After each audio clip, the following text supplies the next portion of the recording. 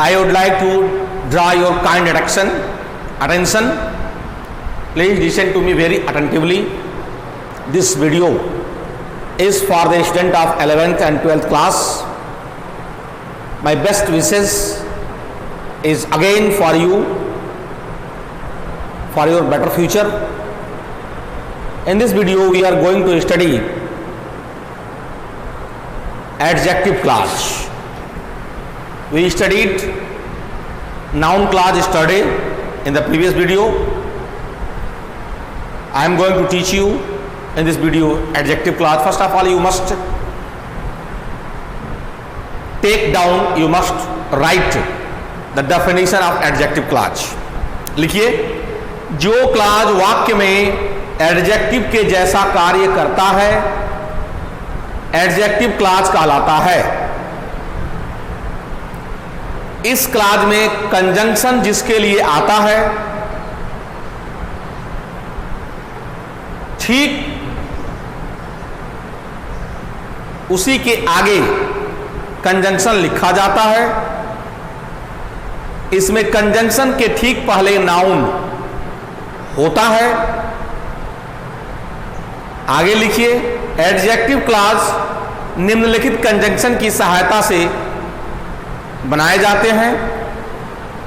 मैंने यहां लिखा है, आप ब्लैक बोर्ड पे देखिए। दैट, अभी पिछले क्लास में हम लोगों ने दैट का प्रयोग की के सेंस में पढ़ा। दो वाक्यों को जोड़ता है, यह भी दो वाक्यों को जोड़ता है, लेकिन जब इसी दैट का अर्थ जो हो जाए तो वह एडजेक्टिव क्लास हो जाता है। लेकिन कब जो होगा उसके लिए कुछ शर्त है, मैं उसको अभी आपको बताऊंगा।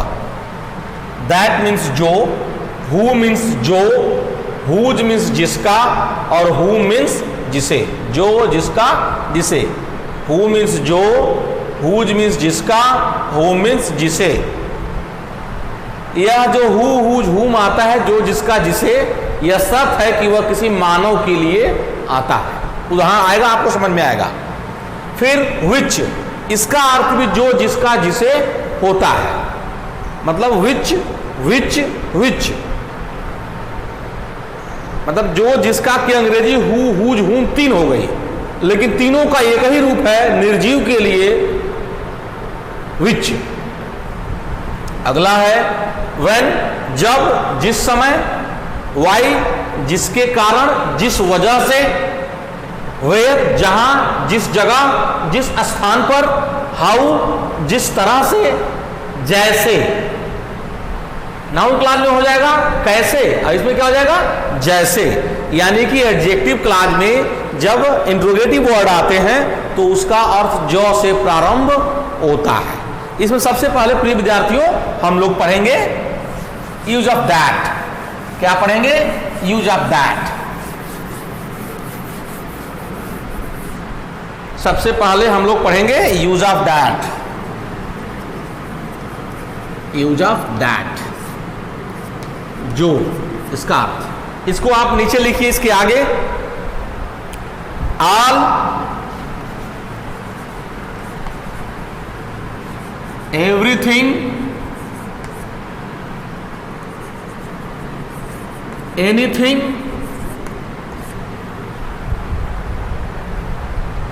नथिंग, नथिंग, समथिंग,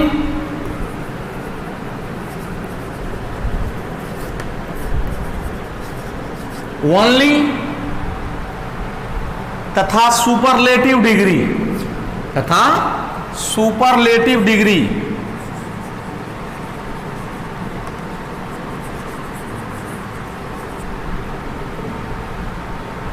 के ठीक आगे, यानी कि जिस वाक्य में all, everything, anything, nothing, something, only और सुपरलेटिव डिग्री आया हो उसमें हम जो की अंग्रेजी दैट लिखते हैं।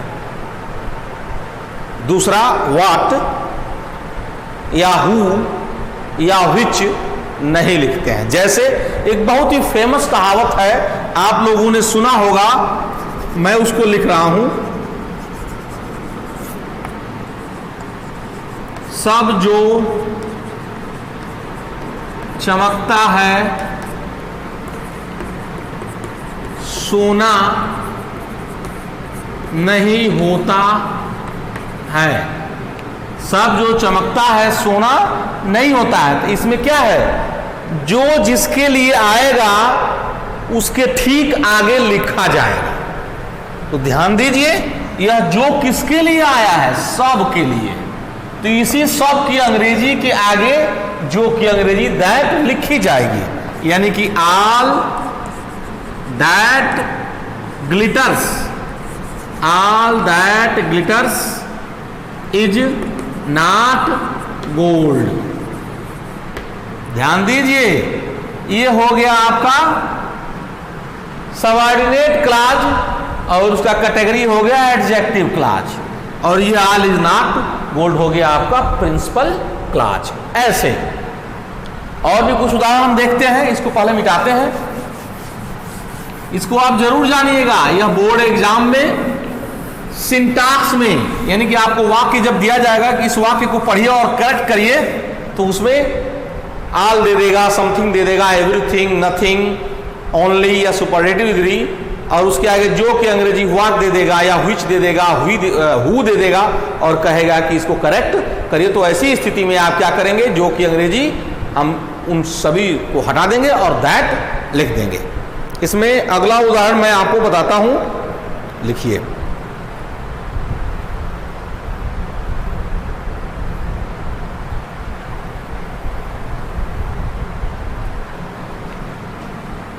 मैं कुछ नहीं जानता हूं जो आपको बता सकता हूं। मैं कुछ नहीं जानता हूं जो आपको बता सकता हूं।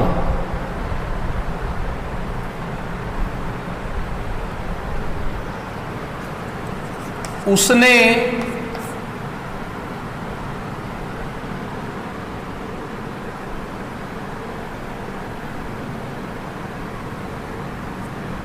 उसके पास बहुत कुछ है जो आपको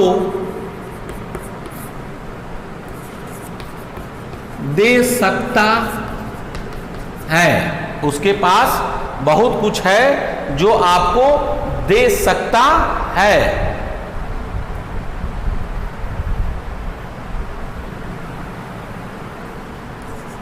यह सबसे पुराना गीत है जिसे आप सुन रहे हैं। ये 3 वाक्य है, मैं इसका ट्रांस समझाता हूं। मैं कुछ नहीं जानता हूं, यानी कि I know nothing, I know nothing that I can tell you. Nothing के आगे दैट आ गया, जो मैं आपको बता सकता हूं। उसके पास बहुत कुछ है। He has many things. He had many things that he can give you. He has many things that he can give you. Yeah, this is the oldest song. This is the oldest song that you are listening, that you are listening। ऐसे एक आध उदाहरण और भी देखिए, बहुत important है विद्यार्थियों। इसको आप ध्यानपूर्वक सुनिए, देखिए और समझिए।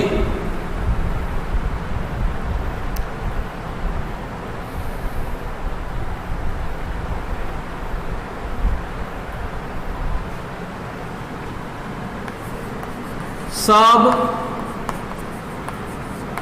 जो सुंदर दिखाई देता है वास्तव में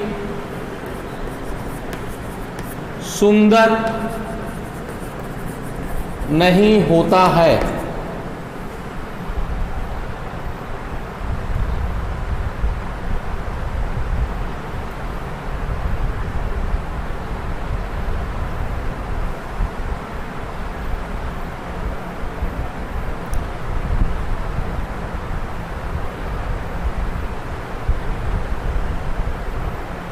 वह सब आशीर्वाद, वह सब आशीर्वाद जिसका आनंद हम ले रहे हैं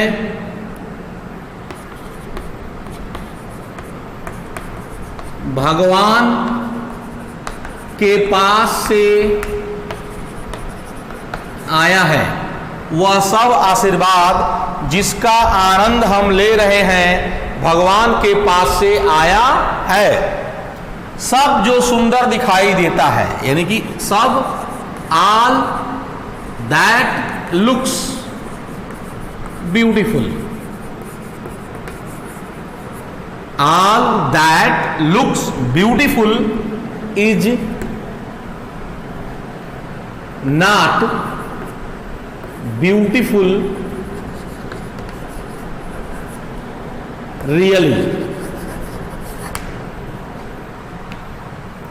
All that blessings, all that blessings we are enjoying, all that blessings we are enjoying have come from God, have come from God। इसमें मेरे डायरी में बहुत सारे उदाहरण हैं, मैं इसको थोड़ा शॉर्ट में पढ़ा रहा हूं। अब मैं आपको बताऊंगा यूज ऑफ हु।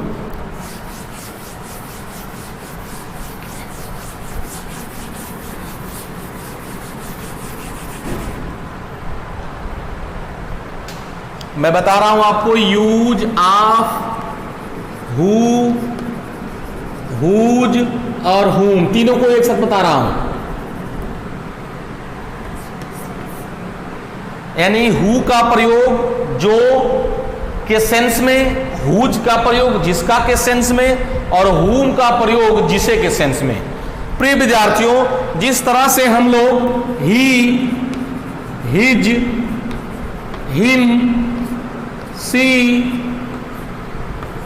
हर या हर का प्रयोग पढ़ते हैं, यानी ही का प्रयोग सब्जेक्ट के रूप में, हिज का प्रयोग पॉजिटिव केस के रूप में, और हिम का प्रयोग या हर का प्रयोग ऑब्जेक्टिव के रूप में, कर्म के रूप में पढ़ते हैं। उसी तरह से हम हु का प्रयोग सब्जेक्ट के रूप में, हु का और हुज का प्रयोग पॉजिटिव केस के रूप में, और हुम का प्रयोग ऑब्जेक्टिव केस के रूप में पढ़ते हैं। यह बात हमेशा ध्यान रखिएगा। मैं इसमें कुछ उदाहरण लिखता हूं, जैसे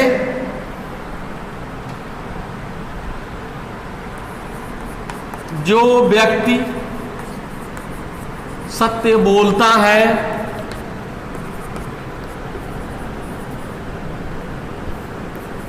कष्ट उठाता है, कष्ट उठाता है। एक उदाहरण,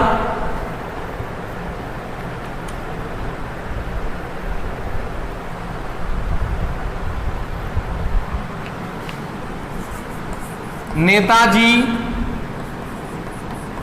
जिसकी कार नई थी, दिल्ली से आए थे।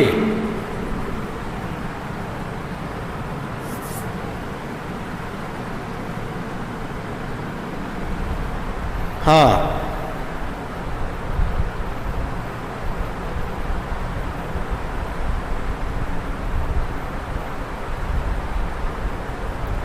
एक उदाहरण मैं और भी देना चाहूंगा जो whom से संबंधित हो।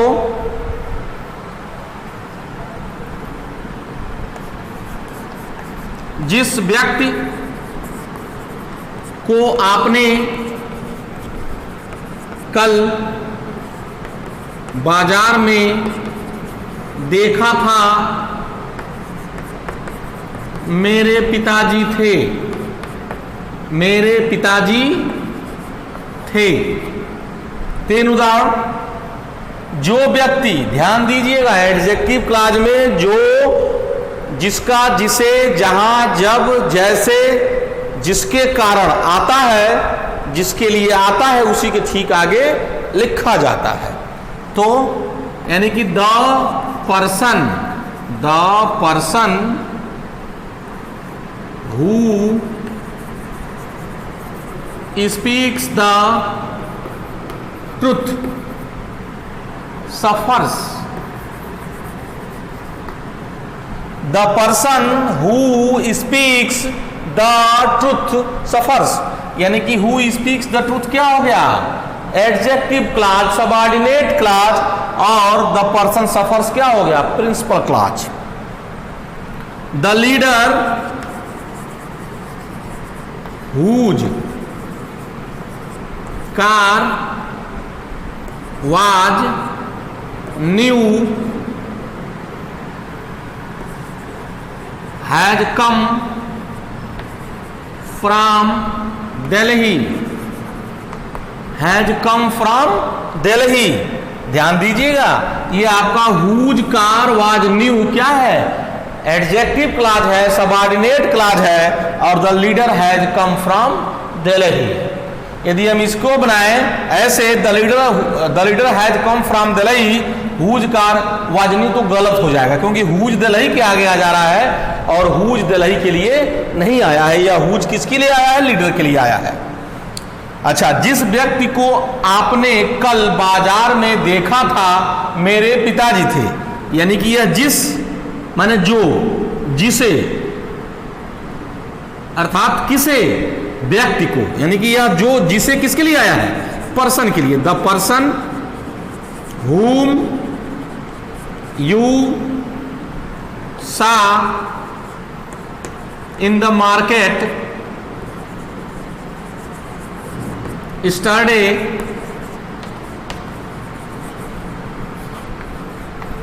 was my father. The person whom you saw in the market yesterday was my father. Whom you saw in the market yesterday, ये पूरा का पूरा एडजेक्टिव क्लॉज है, सबऑर्डिनेट क्लॉज है, और the person was my father क्या है? आप इसको ऐसे भी बना सकते हैं, the person was my father whom you saw in the market, क्योंकि यह whom माई फादर के लिए भी आया है, तो इसको भी ऐसे भी हम बना सकते हैं। और भी कुछ उदाहरण देखिए। घबराइए मत प्रिय विद्यार्थियों, वीडियो देखने में बिल्कुल मत घबराइए, ये बहुत ही इंपॉर्टेंट है, इंटरेस्टिंग है। जब आप इसको बनाना जान जाएंगे तो आपको बहुत ही आनंद आएगा, बहुत ही अच्छा लगेगा। सिंथेसिस बनाने में तो ये बहुत ही काम की चीज है, ट्रांसफॉर्मेशन में भी ये बहुत काम की चीज है। जैसे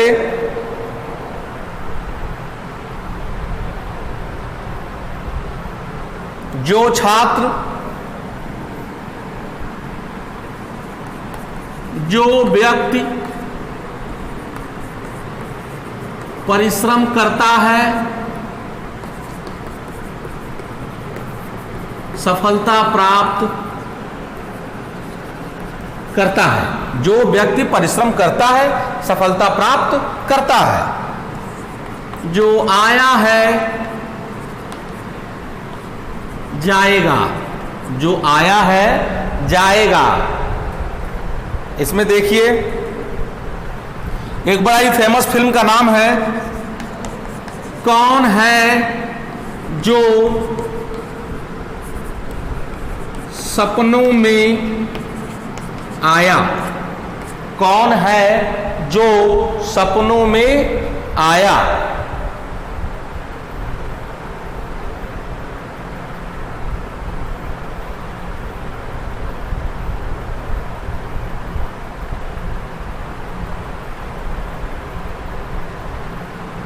देखिए जो व्यक्ति परिश्रम करता है सफलता प्राप्त करता है, यानी व्यक्ति, द पर्सन या the man, the person who works hard, who works hard gets success. SUCCESS। ध्यान दीजिएगा यहां गेट्स होगा क्योंकि यहां पर्सन क्या है, एक वचन है। और यदि ये रहता जो लोग परिश्रम करते हैं सफलता प्राप्त करते हैं, तो the people who work hard, तब ये वर्क हो जाता क्योंकि यह क्या है, बहुवचन है। जो आया है जाएगा, इसमें जो आया है या जो किसके लिए आया है, व्यक्ति के लिए। व्यक्ति इसमें दिया नहीं है लेकिन हम इसमें अपने पास इसमें ऐड करेंगे ताकि इसका सेंस क्लियर हो जाए। द पर्सन या the man who has come will go। जो आया है यानी कि who has come, ये क्या होगा, यहां कामा रहेगा, यहां भी कामा रहेगा। यानी कि प्रिंसिपल क्लास जहां समाप्त हो रहा है वहां भी कामा रहेगा और जहां से सबऑर्डिनेट क्लास शुरू हो रहा है उसके पहले भी कामा रहेगा। यानी कि जो व्यक्ति जो आया है विल गो जाएगा। यदि आप इसको मरने के सेंस में लेते हैं तो यहां पर हम डाई का भी प्रयोग कर सकते हैं। बहुत ही फेमस फिल्म का नाम मैंने आपको बताया, कौन है जो सपनों में आया। ये फिल्म का नाम है, इंटरेस्टिंग भी है।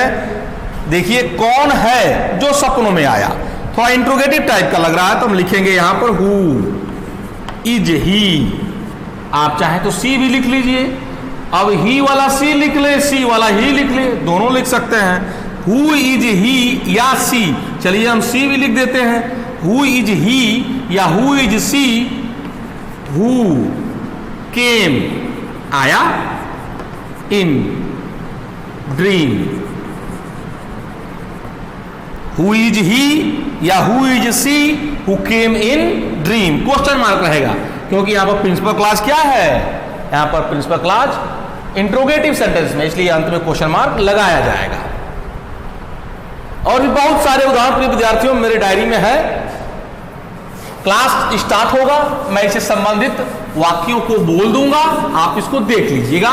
एक दो उदाहरण मैं और बताना चाहूंगा, बहुत ही आसान है। जैसे